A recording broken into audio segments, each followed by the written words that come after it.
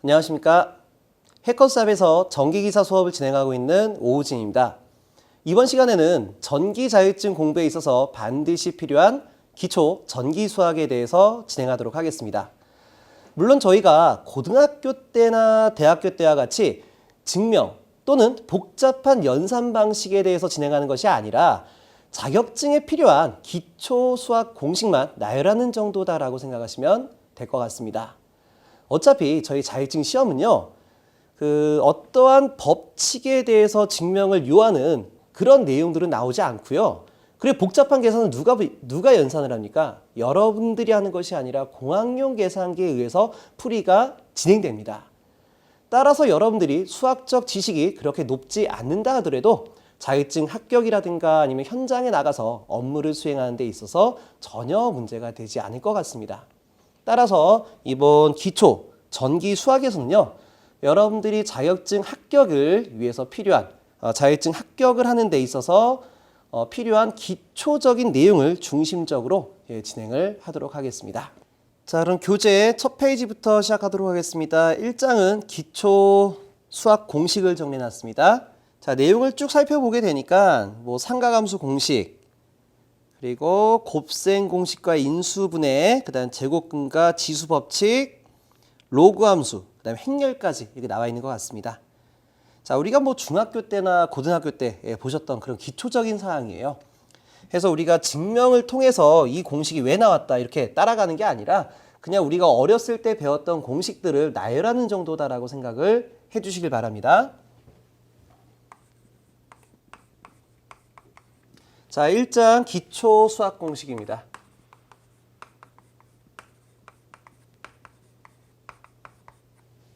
자, 첫 번째 사항으로 삼가함수 공식이요.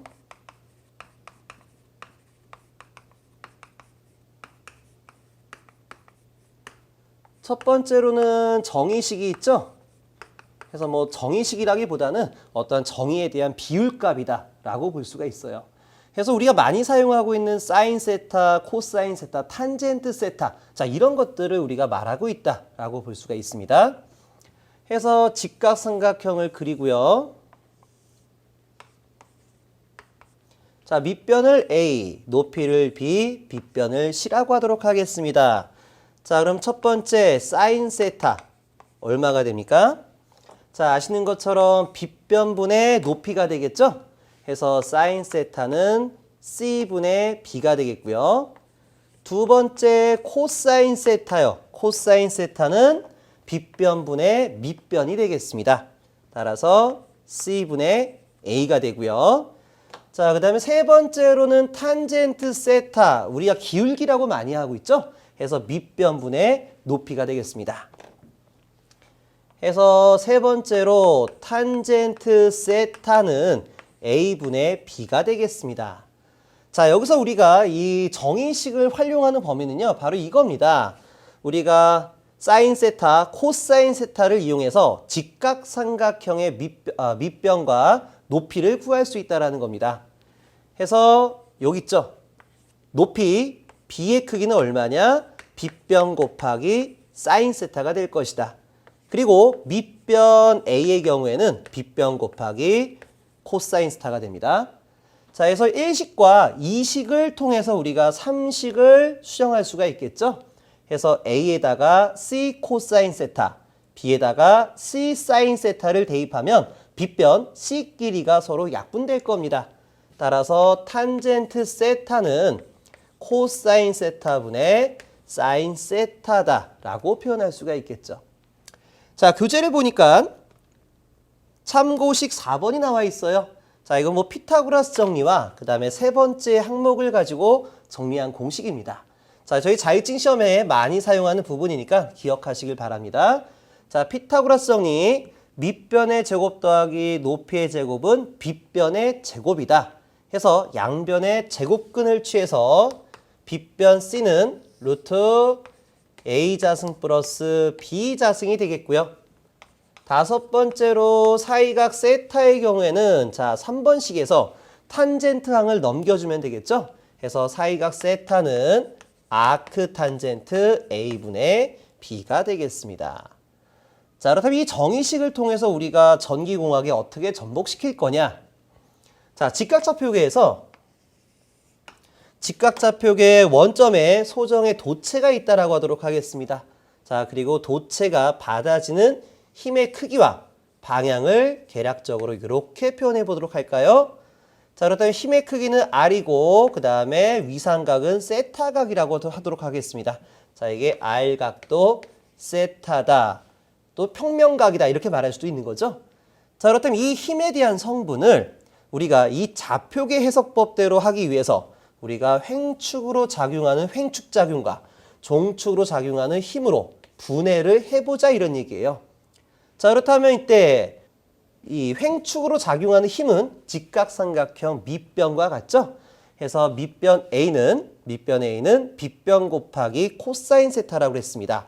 따라서 횡축으로 작용하는 힘은 R 곱하기 코사인 세타가 되겠고요. 그리고 수직으로 작용하는 종축으로 작용하는 힘은 삼각형 높이와 같습니다. 따라서 빗변 곱하기 사인 세타가 되겠죠. 자, 따라서 우리가 말하는 이 사인 세타와 코사인 세타란 건 뭐냐면요.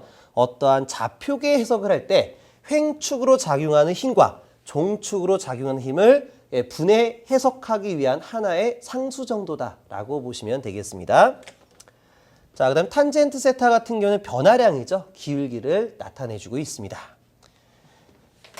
자, 이제 교재 두 번째 항목을 보니까 특수각 삼각비가 나와 있습니다.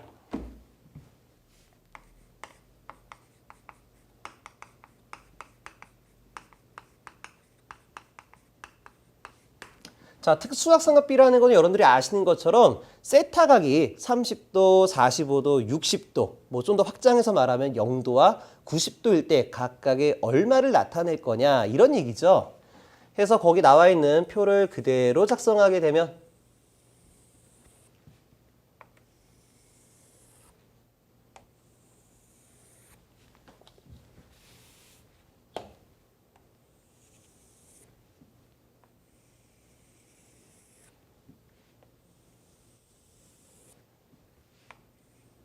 자, 세타각에 대해서 뭐 사인 세타, 코사인 세타, 탄젠트 세타 이렇게 주고요. 각도는 0도, 30도, 45도, 60도, 90도. 자, 여기까지 작성을 할게요.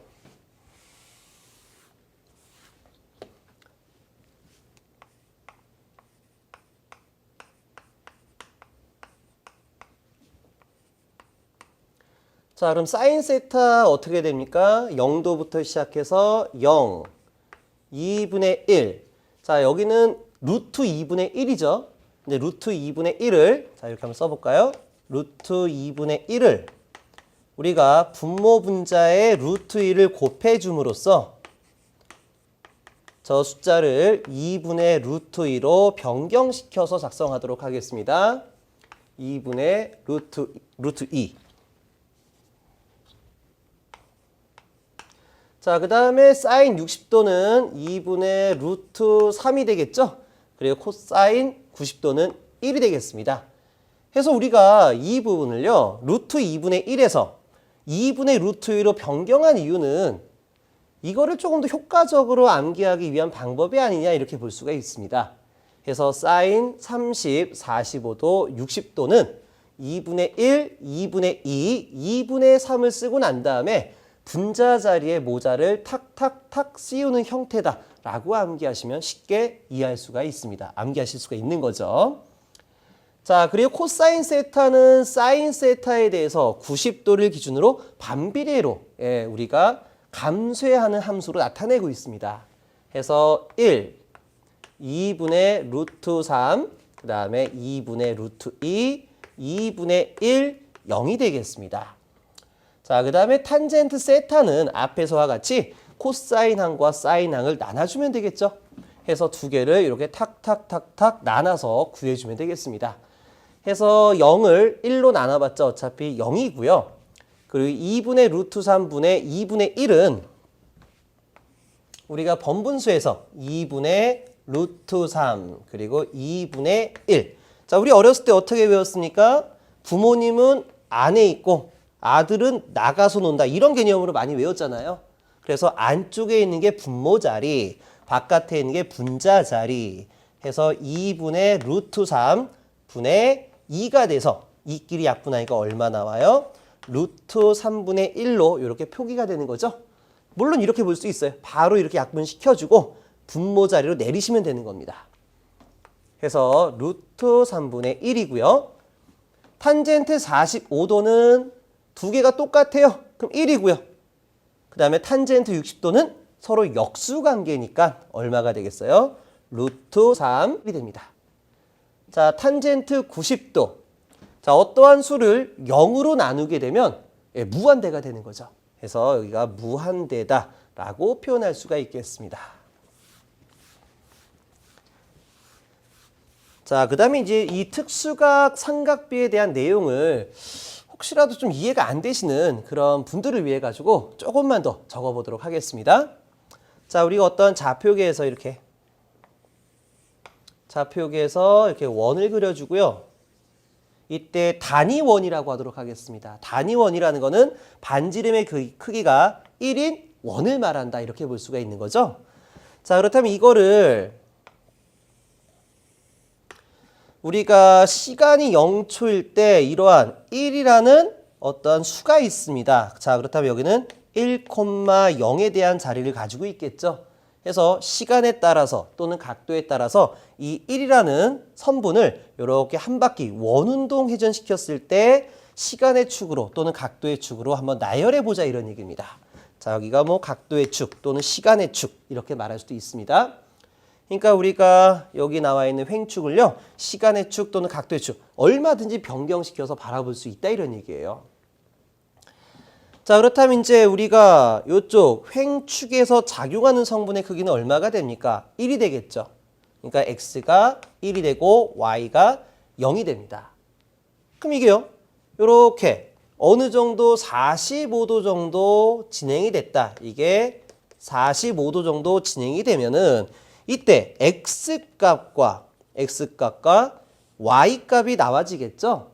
그럼 우리가 앞에서 배우셨던 이 직각삼각형에 대한 개념을 가지고 오게 되는 겁니다. 그렇다면 우리가 앞에서 얘기했었어요. 45도의 경우에는 사인 45도 2분의 루트 2가 되고 코사인 45도는 2분의 루트 2 똑같이 나온다 이런 얘기예요. 그래서 여기 좌표의 크기는 x축이 2분의 루트 2, y축도 2분의 루트 2가 되는 겁니다. 자, 그 다음에 각도가 90도까지 진행이 되고 나면은 이때 좌표가 얼마가 돼요? x좌표는 0이 되고 y좌표는 1이 되겠죠. 자, 그럼 이렇게 원으로 회전하는 관계를 쭉 나열하면 어떻게 된다는 얘기예요? 자, 다시 이때 x라는 축은 뭡니까? x라는 축은 바로 횡축입니다. 자, 이때 횡축작용을 나타내는 상수를 우리가 코사인이라고 불렀고요. 그 다음에 종축을 나타내는 상수를 사인이라고 얘기했었습니다. 그래서 여기 나와 있는 x 항목이 바로 사인 세타에 대한 변화 양이 되겠고요. 그 다음에 y가 바로 아니죠. 횡축이니까 코사인 세타 값을 나타내고요. y는 사인 세타 값을 나타낸다 이런 얘기예요. 자, 그럼 이거 사인부터 한번 적어보도록 할까요? 다시 말해 y축 무슨 작용이요? 종축작용이요. 종축작용을 시간에 따라서 또는 각도에 따라서 그 크기를 이렇게 시간에 따라 나열을 해보도록 하겠습니다. 자, 그러면 이제 0도일 때, 각도가 0도일 때는 y축으로 작용하는 힘은 제로예요. 근데 이 힘이 점점 커지죠? 점점 커지다가 언제요? 90도가 될 때 최대가 됩니다. 그래서 이 부분을 이렇게 표현할 수가 있겠죠.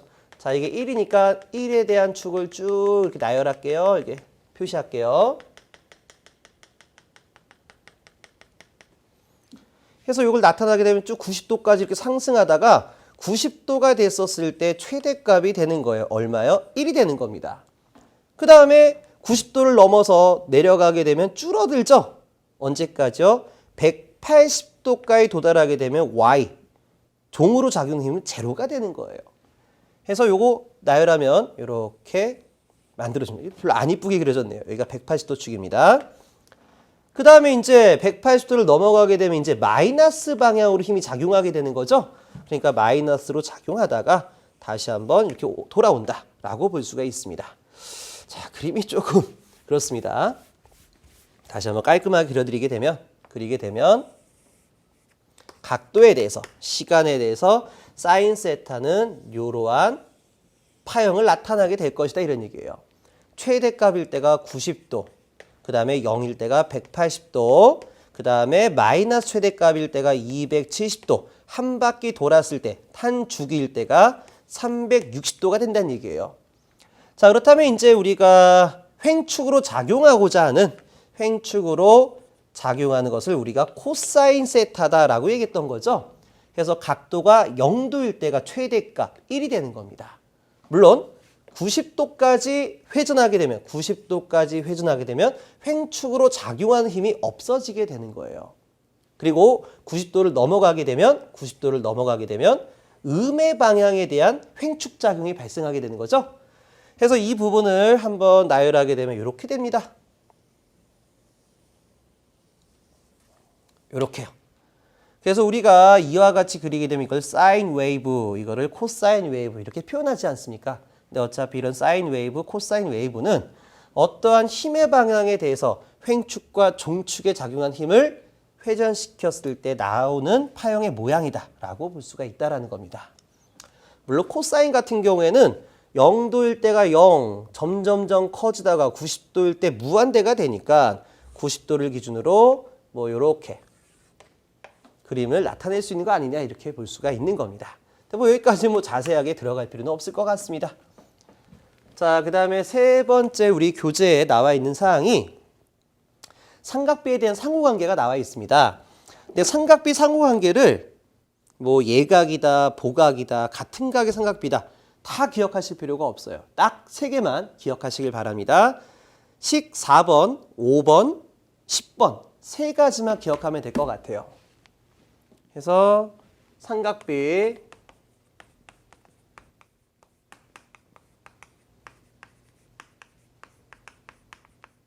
상호관계에 대해서는 첫 번째 사인 90도 마이너스 세타는 코사인 세타다. 두 번째 코사인 90도 마이너스 세타는 사인 세타다. 자, 이렇게 보시고요. 우리가 증명을 통해서 진행하는 게 아니다라고 했잖아요. 이미 결과는 나와 있는 거예요. 그래서 결과 나와 있는 부분에 숫자를 대입해서 이 두 개가 같다라는 거를 이해만 하시면 되는 거예요. 그래서 세타 각을 각각 30도였다라고 가정 한번 해보세요. 그러면 사인 90도 빼기 30도는 60도가 되는 거죠. 그럼 사인 60도 얼마입니까? 2분의 루트 3이 됩니다. 그리고 코사인 30도는 얼마가 돼요? 이 또한 역시 2분의 루트 3이 돼서 두 개가 같다라는 거를 쉽게 이해할 수가 있을 겁니다. 어차피 90도를 기준으로 상승과 하강을 나타내는 반비례 관계 아닙니까? 예, 그렇기 때문에 이해하실 수가 있을 거다라고 생각이 듭니다. 자, 이 역도 마찬가지예요. 코사인 90도 빼기 세타는 사인 세타가 성립된다 이런 얘기예요.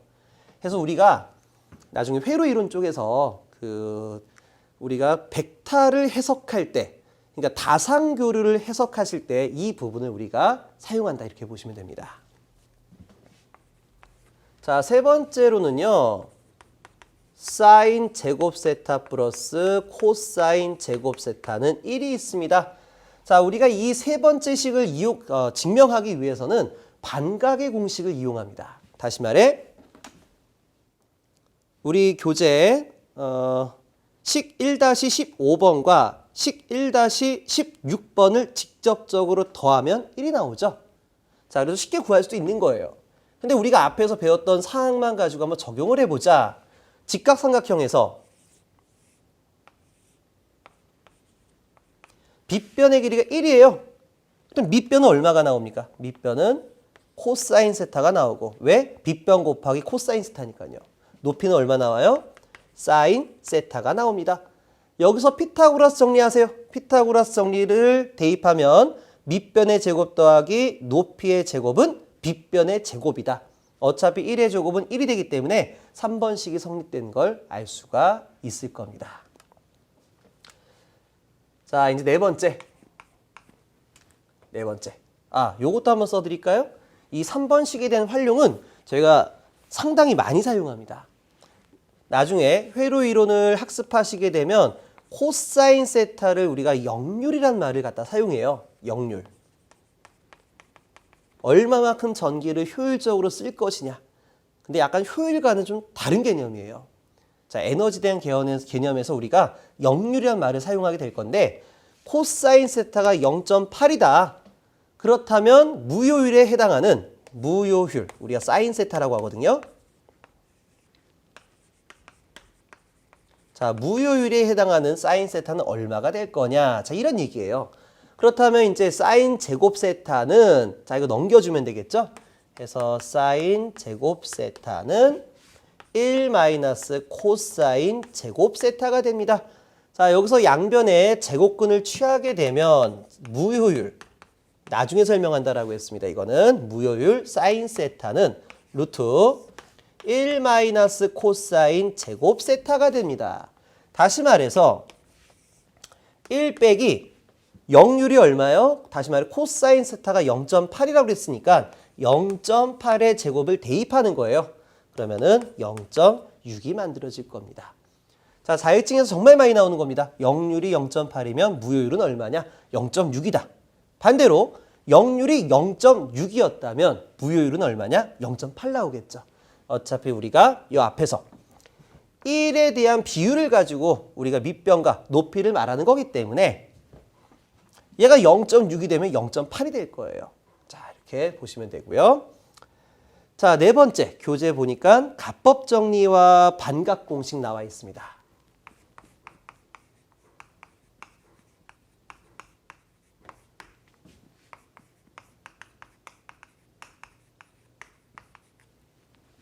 자, 우선 가법 정리 한번 써보도록 할까요? 자, 이거는 뭐 우리가 학습하신 친구도 있고 또 문과생 출신 분들은 안 배웠다라는 젊은 친구들도 있더라고요. 그래서 가법 정리는 사인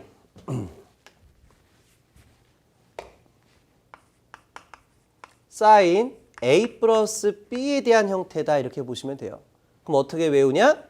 자, 제가 어렸을 때는 뭐 사코, 코사 이렇게 불렀어요. 뭐 이 방법 아직까지 쓰는지 모르겠습니다. 그래서 저희 때는 사, 코, 사 하고 난 다음에 A, B를 여기다 쓰는 거예요. A, B, A, B. 자, 그리고 여기가 플러스면 똑같이 플러스를 잡아주면 되겠고 마이너스였다면 마이너스를 잡아주시면 됩니다. 사코, 코사. 자, 이런 형태로. 자, 그리고요, 코사인이요. 코사인 A 플러스 B였다. 그럼 여기서는 우리가 코코사사 이렇게 외웠었어요. 사 해서 똑같이 A, B, A, B입니다. 자, 근데 우리가 여기 부호를 쓸 때요. 사인이 두 번 나온다. 싸다. 두 번 쌓게 되면은 우리가 부호가 마이너스로 바뀐다. 막 이런 얘기가 있었어요. 뭐 이게 지금 유치해서 말을 못 하겠는데, 제가 어렸을 때는 이제 놀이가 생각보다 많이 없었습니다. 게임이 많이 없었어요. 그러다 보니까 고스톱 같은 걸 많이 치거든요. 그러다 보니까 이제 고스톱 할 때 두 번 싸면 정말 마이너스다. 막 이런 개념으로 말도 안 되게 외웠는데 그냥 기억을 해주시길 바랍니다. 자, 그리고 이제 만약에 여기 부호가 마이너스였다. 그럼 여긴 플러스로 바뀌게 되는 거예요. 이렇게. 다시 말해 사인이 두 번 합쳐 있으면 부호가 뒤집어진다는 것도 생각을 해주시면 됩니다. 자, 이게 가법 정리고요. 두 번째 반각의 정리가 있습니다. 각이 반으로 된다 이런 얘기예요. 그래서 반각의 정리는 교재 나와 있는 것처럼 3번과 4번식, 다시 말해 식 1-15번과 16번에 해당된다라고 보시면 돼요. 해서 반각의 정리를 증명하기 위해서 첫 번째 식, 자, 요걸 이용하겠습니다. 코사인 세타 더하기 세타는 얼마냐? 코코사사다 이렇게 썼죠? 그래서 코사인 세타 자, 부호 바꿔서 마이너스 사인 세타, 사인 세타가 됩니다. 자, 두 번째는요. 코사인 세타 빼기 세타를 적어보도록 하겠습니다. 똑같죠? 코, 부호 바꿔주고요. 싸.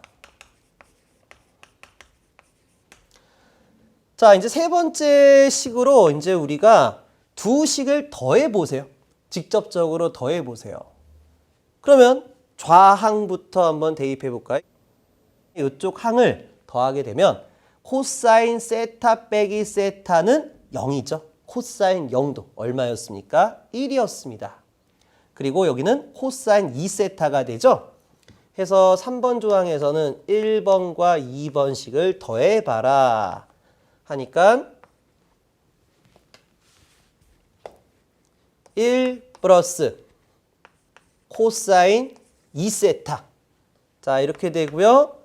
자, 여기 같은 경우에는 지금 우항에서 사인항이 서로 똑같이 되어 있어요. 그러니까 두 개를 더해주게 되면 부호가 반대니까 지워지겠죠.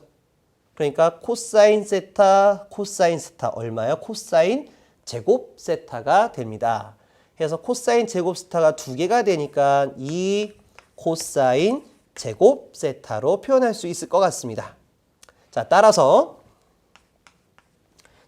여기 나와 있죠? 코사인 제곱 세타는 얼마냐? 2만 넘어가면 되는 거예요. 2만. 그래서 2분의 1 플러스 코사인 2세타가 될 것 같습니다. 자, 이렇게 정리를 해주시면 되고요. 또 하나 공식이 또 뭐가 있습니까? 이번에는 네 번째에서는요. 두 개를 더하는 게 아니라 2번식에서 1번식을 빼는 거예요.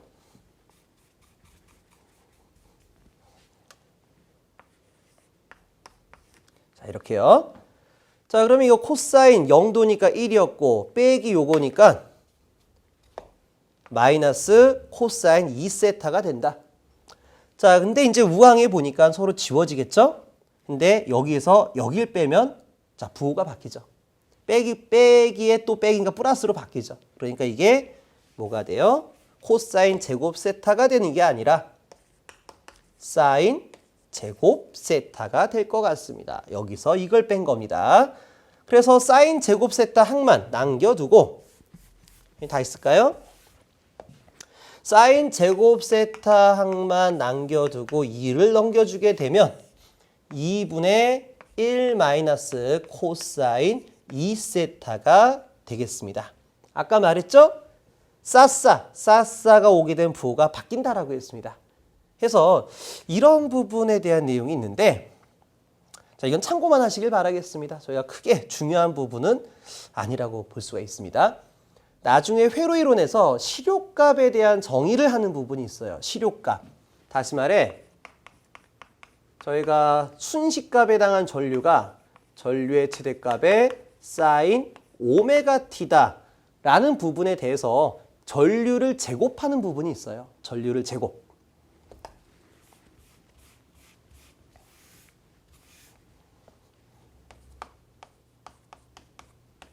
자, 이렇게요. 그렇다면 당연히 요거는 그대로 제곱이 되겠고요.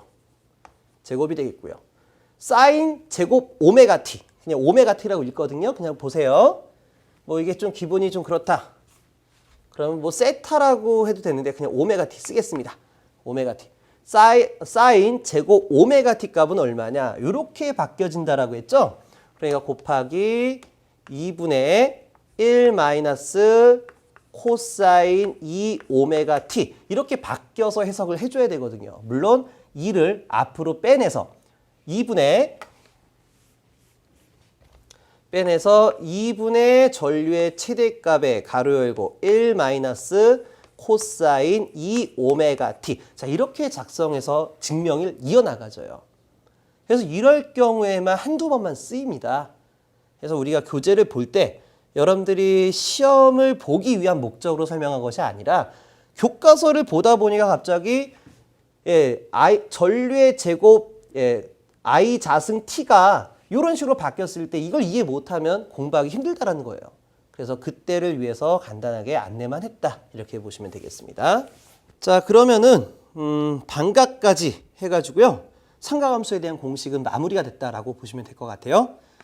자, 교재 3페이지를 보시게 되면 1-2절에 곱셈 공식과 인수분해 공식. 자, 이거 중학교 때 배웠나요? 자, 이 부분도 이제 정리를 한번 하고 넘어가도록 하겠습니다.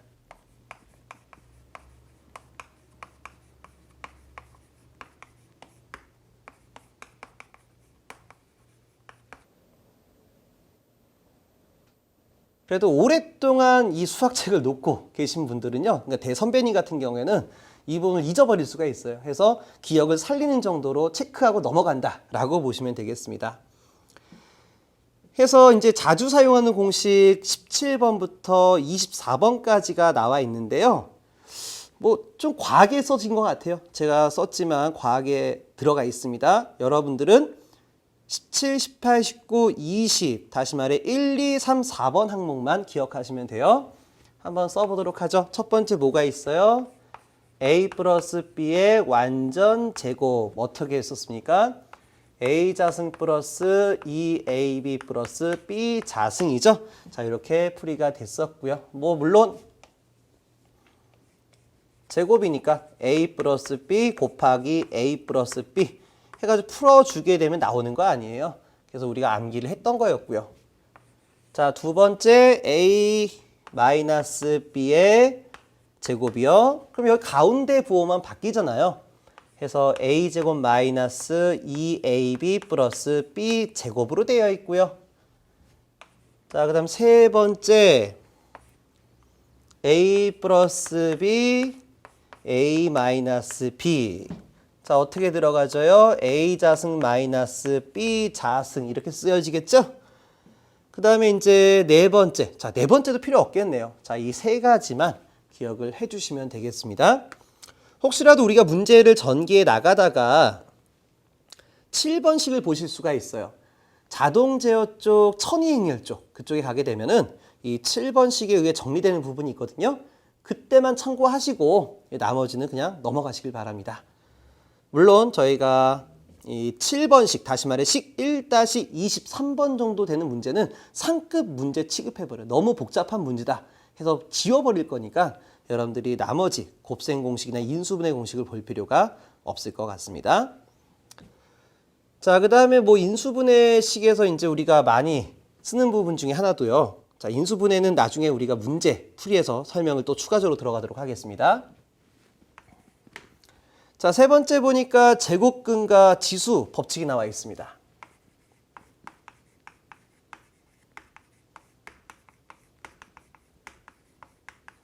자, 이것도 역시 기본이죠. 제곱근은 우리가 루트다라고 불러주죠. 다시 말해 제곱을 해야지만 어떠한 답이 나온다 이런 얘기예요. 해서 여기 또 자주 사용하는 공식 쭉 나와 있습니다. 첫 번째가 뭐예요? 루트 A 자승은 A다. 자, 이런 얘기죠. 그리고 두 번째. 자, 이거 뭐 추가적인 설명이 없으니까 하나만 더 써드릴게요. 우리가 요 부분은 어떻게 해석할 수가 있냐면 루트 A 자승은요. A 자승의 2분의 1승이다. 이렇게 표현할 수가 있습니다. 그러니까 우리가 지수에 2분의 1승을 쓰게 되면 루트와 똑같다라고 생각하시면 될 것 같아요. 자, 그렇다면 이거 안에 지수 법칙 이용하게 되면 어떻게 됩니까? 지수에 다시 한번 지수는 곱하기가 되는 거죠. 그래서 A의 1승이 되기 때문에 A 자승의 제곱근을 취하면 A가 나온다. 자, 이렇게 볼 수가 있습니다. 자, 여기서 여러분들이 기억하실 거는 루트라는 거는 어떠한 수의 2분의 1승을 취한 것과 같다. 여기까지 생각해 주시면 되겠고요. 자, 두 번째 2번 항목 같은 경우에는 여러분들이 무시하셔도 좋을 것 같고요. 지워도 될 것 같고요. 세 번째 항목 루트 A 곱하기 루트 B는 루트 A, B와 같고요. 그 다음에 네 번째, 그러니까 우린 3번이라고 쓰면 되겠네요. A 루트 B는 얼마냐? 자, 다시 말해 A를 루트 안으로 집어넣고 싶다. 그럼 당연히 여기다가 제곱을 취해서 집어넣으면 되는 거 아닙니까? 따라서 루트 A 자승 B와 같습니다. 네 번째입니다. 자, 네 번째 루트 A분의 루트 B가 있어요. 그럼 자, 이거는 하나로 묶여서 루트 AB와 같다. 이렇게 표현할 수가 있습니다. 자, 물론 6번 항목에 보게 되면 우리는 4번에다 이어서 쓰겠습니다. 자, 이렇게 나온 값에다가 분모 분자에 루트 A를 곱해서 다시 한번 변형시킬 수도 있습니다. 이렇게요. 그럼 여기는 A 자승의 제곱근이니까 A가 되겠고요. 그 다음에 루트 B 곱하기 루트 A는 루트 AB로 묶어 쓸 수도 있습니다. 자, 그 다음에 마지막 저는 5번이라고 쓰고 교재는 7번 항목이 되겠습니다. 루트 A 플러스 루트 B의 1. 루트 A 플러스 루트 B분의 1은 우리가 어떻게 전개해 나갈 거냐. 자, 전개라는 거는요. 나중에 여러분들이 보시면 꼭 공통적 특징이 있어요. 복수수가 됐건 또는 이렇게 제곱근이 나오건 반드시 이러한 제곱근이나 복소수는 분자 자리에만 놓는 겁니다. 분자 자리에. 분모는 우리가 상수 상태를 유지시키면 되는 거예요. 자, 이게 무슨 말이냐? 자, 여기다 곱해줍니다.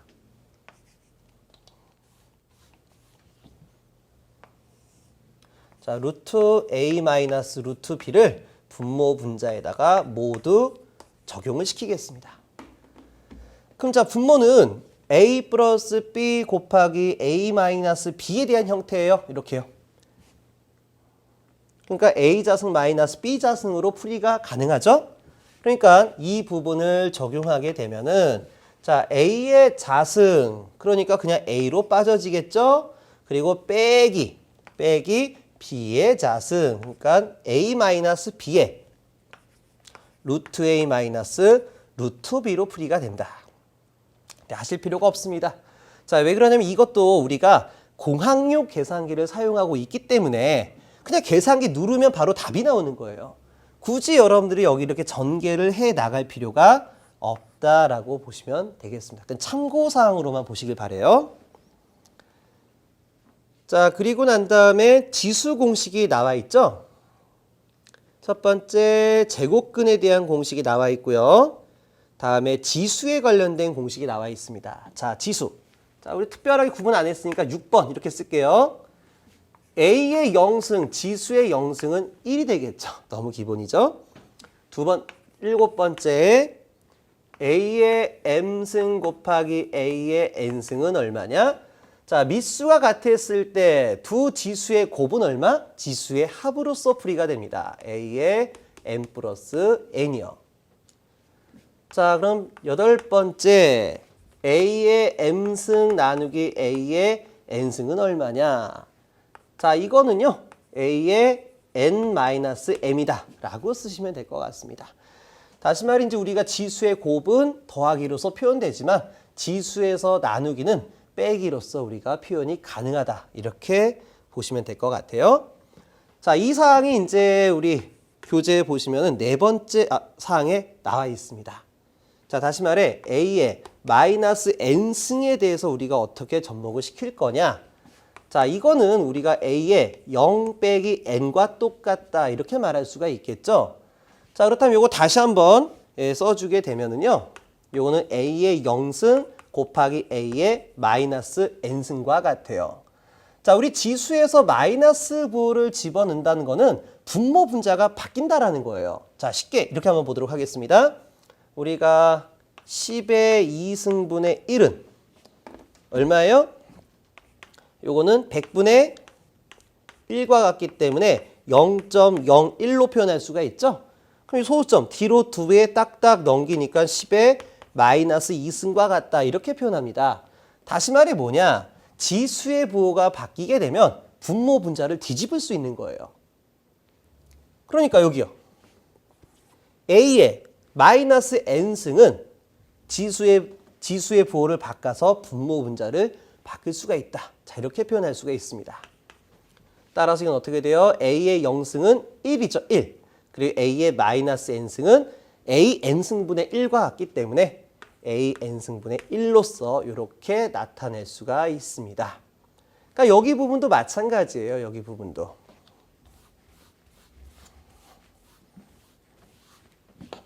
자, 여기 부분도요. a의 m승 나누기 a의 n승은요. 분수식으로 바꾸게 되면 a의 n승, a의 m승이 되겠죠? 그리고 여기 부호 바꿔주면 분모 분자 바뀐다라고 했잖아요. 그러니까 a의 m승 곱하기 a의 마이너스 n승.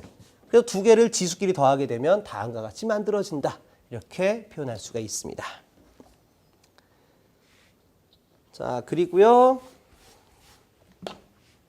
10번째, 물론 여러분들이 읽어만 보시더라도 다 아는 내용이에요. a의 m승분의 n승 어떻게 해요? 지수끼리 곱해줘라. 자, 11번째, 루트 a 플러스 b의 m승은 어떻게 될 것이냐. 자, 이 경우에는요, 우리가 아까 루트의 경우는 우리가 2분의 1승과 같다 이렇게 얘기했었죠. 그러니까 이 부분은 대괄호 열고 a 플러스 b의 2분의 1승의 m승이 됩니다. 따라서 지수 법칙으로 곱해주게 되면 이렇게 곱해주게 되면 a 플러스 b의 n 나누기 2 그러니까 2분의 m승. 자, 이렇게 표현을 해줄 수가 있습니다. 자, 이것도 우리가 전기자기학에서 나오는 그런 대표적인 부분이니까요.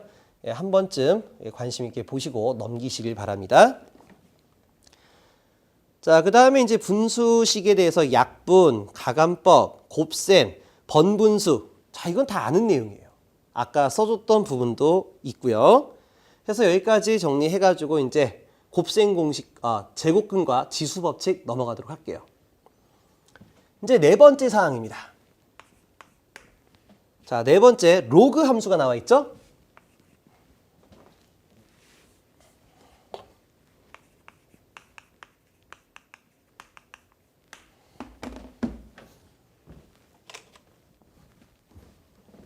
자, 우리가 로그 교재만 보더라도요. 뭐 지수에 대한 함수 그래프, 그 다음에 로그 함수에 대한 함수 그래프, 그리고 로그에 대한 정의 쭉 나와 있어요.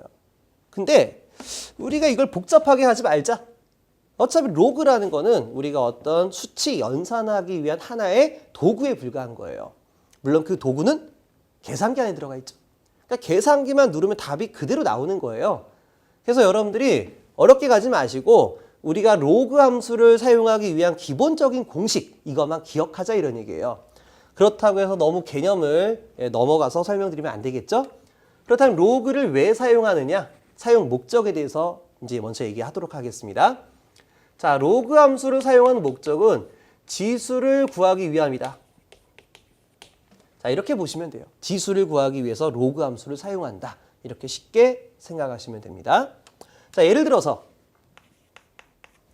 너무 쉬운 예입니다. 10의 x승이 1000이었다면은 x가 얼마가 돼요? 3이 나옵니다. 근데 10의 x승이 178이었다면 지수 얼마가 됩니까? 알지 못한다 이런 얘기예요. 그래서 우리가 사용하는 것이 로그 공식이다. 이렇게 쉽게 생각만 해주시면 좋아요. 자, 사용하는 방법 알려드리겠습니다. 우선 로그 쓰세요. 로그 쓰고요. 지수의 미수를 로그 미수로 집어넣고요. 그리고 결과값을 여기다가 이렇게 입력을 합니다. 자, 물론 계산기로 하실 겁니다. 계산기로 로그 178. 자, 로그식에서 미수가 10이 되는 걸 상용 로그라고 하고 있죠. 해서 상용 로그는 일반적인 함수가 되기 때문에 10이라는 건 생략을 많이 해주고 있습니다. 그래서 계산기로 로그 178 하고 누르면 x값이 나오는 거예요. 자, 그럼 검사는 어떻게 할 거냐? 자, 이렇게 구해진 x를 여기다 대입하세요. 10에 얼마 입력하면 178이 나오는 거를 알 수 있다 이런 얘기입니다. 그래서 이 로그 함수라는 거는 여기 나와 있는 지수를 구하기 위해서 사용된다. 여기까지만 생각을 해주시길 바랍니다. 자, 그럼 로그 공식 식 1-43번부터 48번까지 나와 있습니다. 그래서 첫 번째 로그 10의 1은 얼마가 될 것이냐. 자, 이걸 거꾸로 한번 생각해 보세요. 자, 1이 바로 뭐라고요? 여기 있는 게 결과값이에요. 그 다음에 여기가 지수의 미수가 되는 거죠. 그러니까 이건 상형 로그니까 10의 x승이 1이 나옵니다 라는 글자예요. 그럼 우리가 지수 법칙에서 1이 나오기 위해서는 지수가 0이 돼야 된다 이렇게 볼 수가 있습니다. 해서 로그 1은 0이 되겠습니다. 그 말은 뭐예요? 로그 1이 0이고요. 그럼 결과적으로 로그 1보다 커지게 되면 양수가 되고 1보다 작아지면 음수가 된다 이렇게 볼 수가 있습니다. 로그 1보다 작아지면 마이너스 값이 나온다 이렇게 보시면 되고요. 두 번째 로그 10의 10입니다. 밑수와 결과가 똑같습니다. 자, 다시 결과로 써보게 되면 10의 x승이 얼마 나온다고요? 10이 나온다 이런 뜻이에요. 그러니까 이 결과는 1이 됩니다. 그러니까 쉽게 우리가 밑수와 결과가 똑같았다면 약분의 1 이런 형태로 그냥 어거지로 외우셔도 괜찮겠습니다. 자, 세 번째 우리 표에 보시게 되면 이제 곱셈에 대해서 이렇게 나와 있네요. 그러니까 로그 A 더하기 로그 B. 전 이렇게 표현을 해보도록 할게요. 로그를 통해서 로그 함수를 통해서 얻어진 게 바로 뭐였어요? 지수였습니다. 그렇다면 지수 더하기 지수에 대한 형태를 가지고 있다. 이렇게 볼 수가 있는 거죠.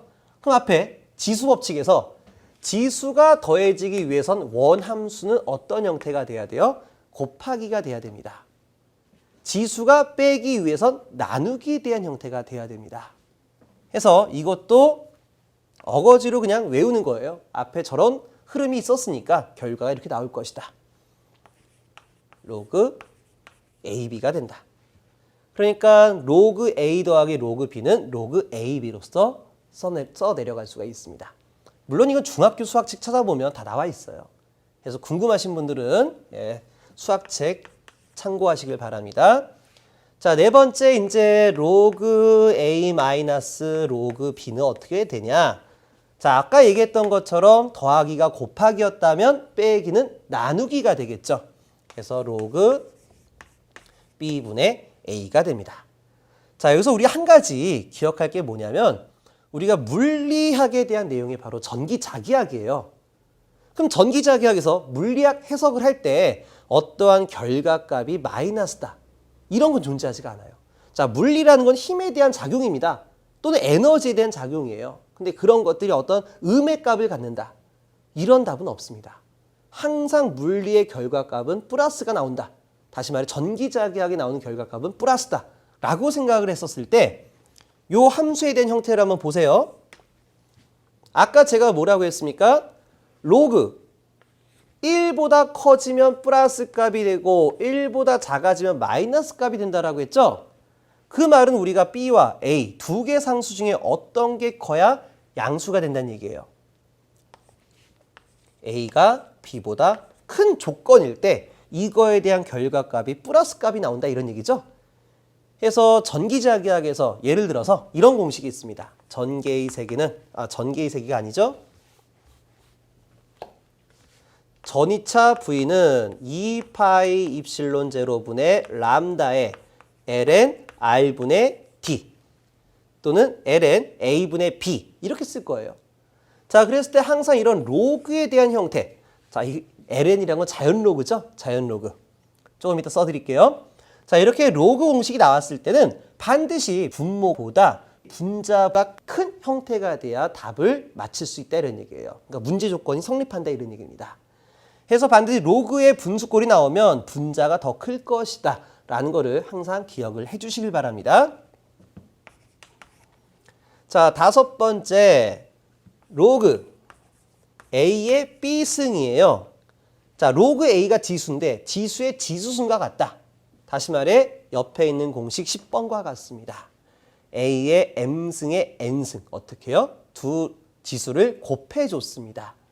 자, 이와 마찬가지로요. 요거를 어떻게 가져가냐? B를 앞으로 빼내서 B 로그 A 이런 형태로 가져간다는 얘기예요.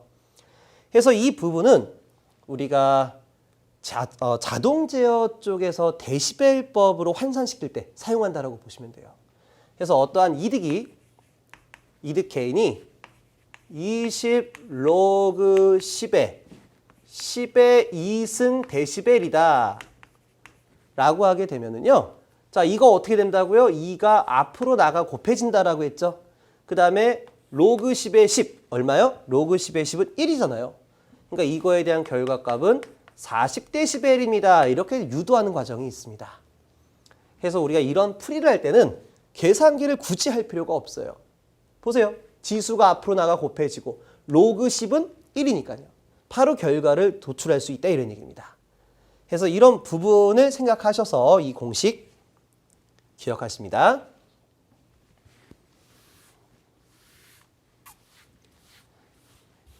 자, 이제 6번째 항목으로 우리 교재 보면 이제 우리가 상용 로그에 대한 글자, 자, 교재 페이지는 6페이지입니다. 6페이지에 보시면 상용 로그 또는 브리그스 로그 이렇게 나와 있는데 우리가 일반적으로 상용 로그라고 많이 하잖아요. 쭉 내용이 써 있는데요. 크게 보지 마십시오. 그냥 로그의 미수가 10인 걸 상용 로그다 라고 생각하시면 되고요. 그 다음에 자연 로그가 있습니다. 그리고 이걸 네이피어 로그 이렇게 표현해주고 있는데 자연 로그를 더 많이 사용하고 있죠. 그래서 자연 로그는 우리가 오일러 상수라는 게 있어요. 원래 이 오일러 상수 2. 자, 이 글자는 우리가 어떠한 이윤에 대해서 베르누르라는 학자가 제일 처음에 발견한 숫자예요. 근데 이 무리수 2라는 거를 체계적으로 전복시킨 사람이 누구예요? 바로 오일러가 됩니다. 그래서 이걸 우리가 오일러의 상수 2다라고 표현해주고 있습니다. 그래서 또는 우리가 이 오일러의 상수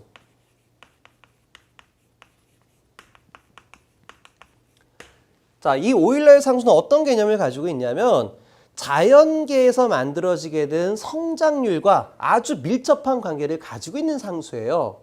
그러니까 우리가 무리수 중에 파이라는 게 있죠. 뭐 3.14 저쩌고 이게 이런 거. 자, 이거는 우리가 인간이 찾아낸 숫자 중에 뭘 의미합니까? 원의 둘레, 원에 대한 개념을 가지고 있을 때 만들어낸 상수다라고 볼 수가 있는 거예요. 근데 이 오일러 상수 2는 바로 뭐냐? 어떠한 성장률을 나타내는, 증가율을 나타내는 자연의 법칙이다라고 볼 수가 있는 겁니다. 이 증명식 보면 상당히 어려워요. 상당히 어렵습니다. 그래서 깊이 있게 들어가지 마시고요. 우리가 이 파이가 3.14입니다. 원주를 구할 때 또는 원의 면적을 구할 때 사용하는 상수입니다. 라고 생각하는 것처럼 우리 전기 쪽에서 필요한 목적에 의해서만 도구적으로 사용하시길 바라겠습니다. 자, 고등학교 때 이제 이과 출신이라든가 이제 대학교 때 공대생분들이 이 때문에 상당히 골치 아파해요. 이거를 깊이 있게 들어가지 마시고 개념만 가지고 우리가 활용하자 이렇게 보시면 돼요. 자, 그럼 상수값은 얼마냐면요. 2.718281828 이렇게 나가는 무한급수입니다. 자, 그렇다면 이제 우리 전기 쪽에서 이 오일러의 상수를 왜 사용해야 되냐? 자, 이런 부분이 이제 많이 궁금하실 겁니다. 아까도 얘기했던 것처럼 어떠한 성장률을 나타낸다. 자연계의 성장률을 나타낸다라고 했어요. 그래서 자연의 상수다. 이런 말들도 많이 사용하고 있습니다. 자, 그래서 이제 익스포넨셜 펑션 해가지고 우리가 2라는 말을 써주는 사람들도 있는데 오일러 상수 약자예요. 자, 그래서 이제 우리가 이거를 사용하게 되는 계기는 바로 L과 C 때문에 그렇습니다. 전기를 해석할 때 필요한 상수 세 가지가 있죠. R, L, C가 있습니다. 어떠한 에너지를 공급받아와서 열로서 소비하는 성분을 우리가 R 성분이다, 레지스턴스다 이렇게 불러주고 있어요. 그리고요. 에너지에 대해서 소비는 없고 저장과 충전과 방전을 하는 소자를 우리가 L과 C다라고 구분하고 있습니다. 물론 충방전을 하는 건 똑같은데요. 타이밍이 달라요. 서로 타이밍이 충전과 방전 타이밍이 정반대로서 작용을 합니다. 자, L하면 좀 많이 어려우실 수도 있어요. 코일 성분이거든요. 코일, 이걸 L이라고 하고요. C는 뭐예요? 배터리죠. 콘덴사. 두 개의 알루미늄 극판이 있어요. 이렇게 알루미늄 극판. 그래서 여기다가 전기를 충전하면 한쪽은 플러스가 쌓이고 한쪽은 마이너스가 쌓이는 소정의 배터리가 되는 거죠. 이거에 대한 용량을 배터리가 가지고 있는 전기 충전 용량을 캐패시티 해서 우리가 C다라고 불러주게 되는 거예요. 그렇다면 콘덴서에 전하가 축적되어 올라가는 그 상승률은 어떤 관계냐? 바로 오일러 상수와 관계가 있다. 이렇게 보시면 되는 거예요. 그러니까 이제 콘덴서가 어떤 에너지를 저장하는 상승률에 대한 관계. 그리고 자, 코일 같은 경우에는 전류가 흐르게 되면 나중에 얘기해 드리겠지만 코일에서 우리가 작용 반작용과 똑같은 역기전력이라는 게 생겨요. 순간적인 반발력이 생겨버린다고요.